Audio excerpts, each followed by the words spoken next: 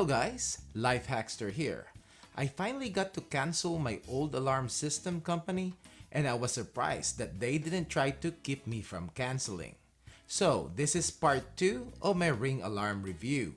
And if you haven't seen my first video, I link it in the description down below. About a week and a half ago, I signed up for the Ring's monitoring service, which you just have to sign up from the app. It will ask you to make sure your address is correct and also will ask you for a cross street nearest to you to improve accuracy in locating your house when the alarm goes off. Next, you have to type in your emergency contacts. The first contact will be the person that Ring will call when your alarm goes off. Then you can also delegate a secondary contact. Then you have to choose a verbal password. This is basically a secret word that the operator will ask you to verify that it is you. It can be either a word or numbers or combination of both.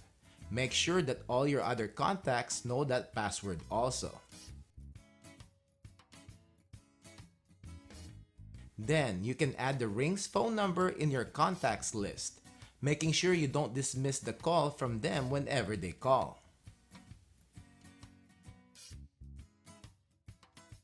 When you sign up, Ring will put the system in practice mode for 7 days, so that you will have time to get the necessary permit if needed, depending on where you live. I also got an email from Ring and gave me the contact information and links on who I need to contact to apply for an alarm permit. For me, I already have one and I just needed to get the alarm company information changed to Ring Protect. By the way, Ring has a contract with Rapid Response as their central monitoring station. Whenever you get your permit, take note of your permit number and expiration date. You need to input this information on the app. You go to the monitoring settings and at the bottom, click on Permits and fill out the security alarm permit information and click Save. While waiting for my 7-day practice mode to end, I bought more contact sensors and another motion detector. I have 2 more doors to protect and a number of windows. So remember, the $200 base kit only includes 1 contact sensor and 1 motion detector.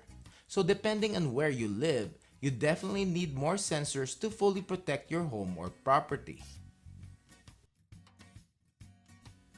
You can purchase more sensors at Ring's website and Amazon, which they sell the contact sensors for around $20 each and motion detector for $30. I also purchased the First Alert smoke and carbon monoxide alarm that is compatible with Ring. I'll include the links of these sensors in the description down below. Setting up the sensors is pretty easy. Go to Security Devices and choose which type of sensor you want to set up. I'll choose Contact Sensor and I'll scan the QR code on the back of the sensor. Then, the app will tell you to pull the plastic tab on the back. It will add and configure the device.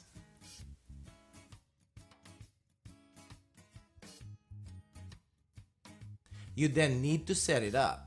It will give you a choice on how you're going to use the sensor, either on a main door, which will give you a delay so that you can disarm the system, or a secondary door or window, which there'll be no delay and the alarm will go off as soon as the sensor is stripped. This sensor will be on a window. Then we will give it a name so that we will know which window is open or has triggered the alarm. Then we will assign it to a room and click Continue. Now, it is time to install the sensor. I'll use the included double-sided mounting tape for this window install, just because the screws will prevent the window from opening. Make sure the area you're going to install the sensor is clean if you'll be using the mounting tape. I wipe the area down with alcohol wipes so that I will get good adhesion.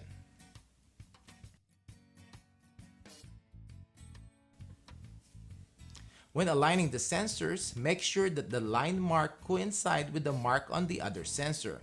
If not, it is not going to work.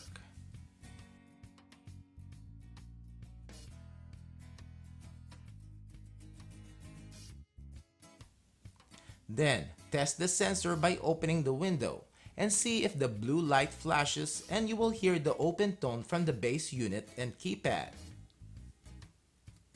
While we're talking about windows, I wish Ring will be releasing their glass break sensor pretty soon. I mostly have double hung windows and only a couple of sliding ones.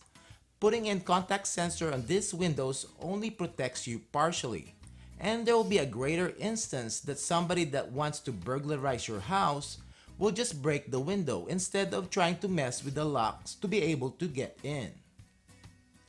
If we are not at home, it is not a big of a deal because the motion detectors will be the second line of defense.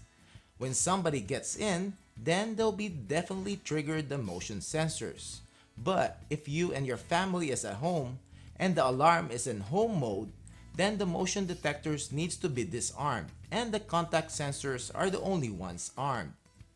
With a glass break sensor, the alarm will go off if it hears the window glass breaks. So I only be putting contact sensors in the bigger windows, and I'll wait for Ring to start selling glass break sensors that will be compatible with their alarm system. The next sensor that we are going to set up will be the motion detector, which will be monitor my living room. Setting it up is also pretty easy. Just go to the devices list and choose sensors. Select motion sensor and click next.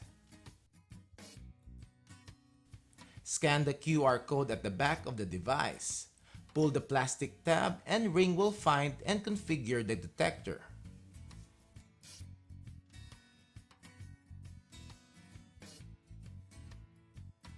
Choose entryway if you need to have a delay in detecting so that you're able to get in and disarm the system. Or you can choose room if you want the alarm to sound immediately. This sensor will protect my living room, so I'll choose room. We will then need to name the sensor, which I'll name living room motion sensor, and I'll assign living room as the room. Now, time to install the motion detector. It will replace the old one that I have in the living room, so I have to remove that first.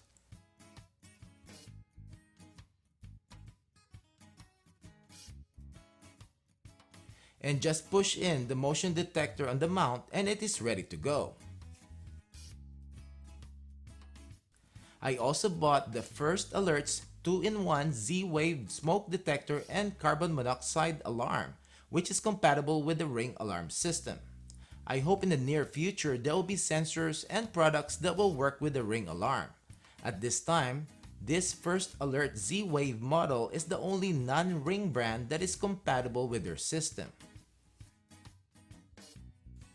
Setting up is pretty easy. Click on the plus sign on the upper right corner to add the device. Choose alarms at the bottom. Click on the first alarm smoke and CO alarm. Click ready. Open up the battery compartment and click next. Tap the add button and press and hold the test button while pushing in the battery tray to close and hold for 3 seconds and release. Wait until the app says successfully added. Then we just need to assign a room for both the smoke and carbon monoxide components of the alarm.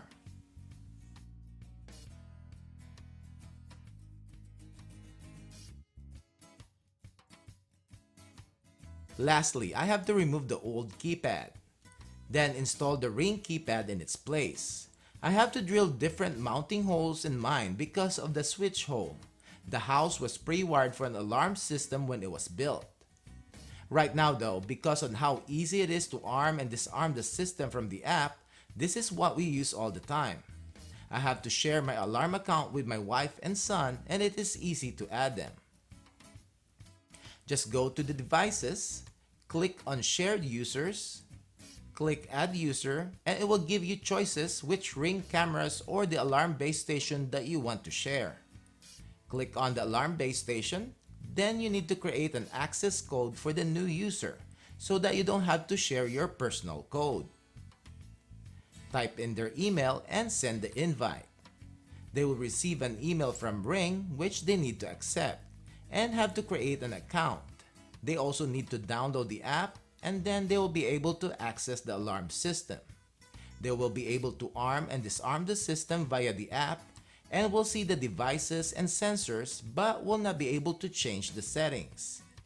They will also able to see the history. Well, that's it guys. Thanks for watching and hopefully you liked the video. Give it a thumbs up and don't forget to subscribe to my channel to get product updates like this video, product reviews, long-term reviews, and comparison videos. Also, to all my subscribers, thank you. We hit the 10,000 subscriber milestone. I appreciate you all very much. So share this video and subscribe. Thank you.